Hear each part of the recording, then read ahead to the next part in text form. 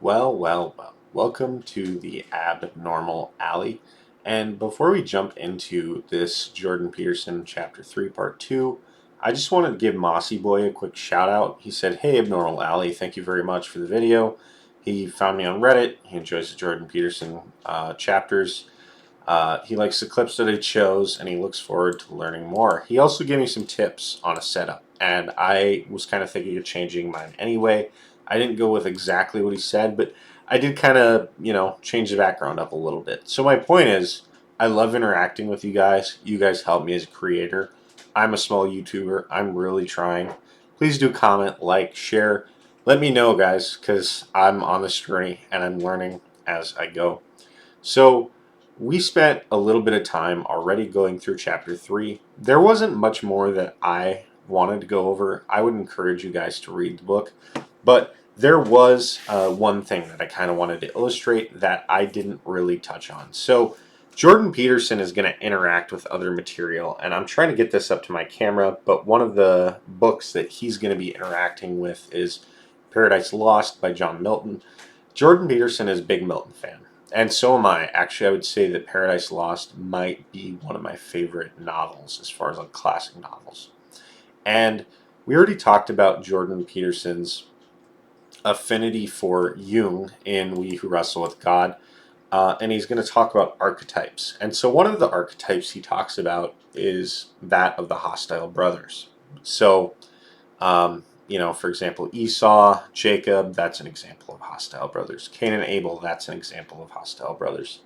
He likes J.K. Rowling, and he does use the example of Draco Malfoy and Harry Potter as sort of like yin and yang, hostile brothers, opposites, a very Jungian archetype. He's also going to reference Mircea Eliade, which is someone I have in the bookshelf back there. These are archetypes. These are themes that are occurring throughout stories. And so why do I bring that up? Well, one of the archetypes of the hostile brothers is that of Satan and Jesus Christ.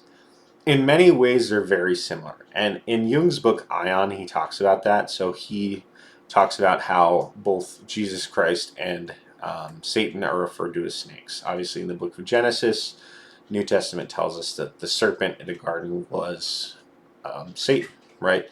And the word seraphim, winged serpent, right? So like a heavenly serpent. So this seraph, this viper's like slithering around the garden. There's this idea that it's something that's fallen. Well, then you have Jesus, who is a serpent as well. It compares him to the bronze serpent that was lifted up by Moses in the desert to heal the people of Israel. You have talk of Satan as a lion, seeking whom he may devour. And then you have talk about Jesus as the Lion of Judah. And there are many other like languages that Satan, Jesus are very similar. So you have bright morning star, right? Satan's described that way, how you have fallen from heaven, bright morning star. Jesus is called that. Lucifer actually means bright morning star. So you look at that and you say, there are some similarities there between Jesus and Satan. And the Gnostics are going to say, well, they're one and the same. Like, they're not that different. But I would think Jung would say they're very different. But the reason their differences contrast is because they're so alike, right? Satan is going to mimic Jesus. Satan's going to mimic what is good. And so as it pertains to our story, we who wrestle with God, and we're dealing with we're dealing with Cain and Abel. Cain has now killed Abel. And so Cain is archetype of Satan. That's the language that Jordan Peterson uses. Abel's the archetype of Christ. One brother slew the other because he was angry with the father, right? And so we can see them as representations of Satan and Christ, but we also deal with the archetype and what that means psychologically and potentially what that means to avoid, right? So this sort of Luciferian mindset that Cain has taken on is not only one of, I'm going to slaughter my brother, But the language used by Milton in Paradise Lost, when Satan is cast out of paradise, right? He's cast out of heaven after the war with God. He uses the language, better to rule in hell than serve in heaven. And that's a theme that Jordan Peterson uses a lot. And let me know if you guys want me to play clips. Sometimes this feels redundant, but the theme there is people will cling on to whatever they have control over, right? So you have an addict literally going through hell, right? Their addiction is killing them. Everyone else wants them to stop. But they have control over their hell. They cling desperately to it. They defend it at all costs because they don't want to be subservient to something that they don't have control over. That's the Luciferian mindset. Satan, he wants to be like God, even though he's inferior to God.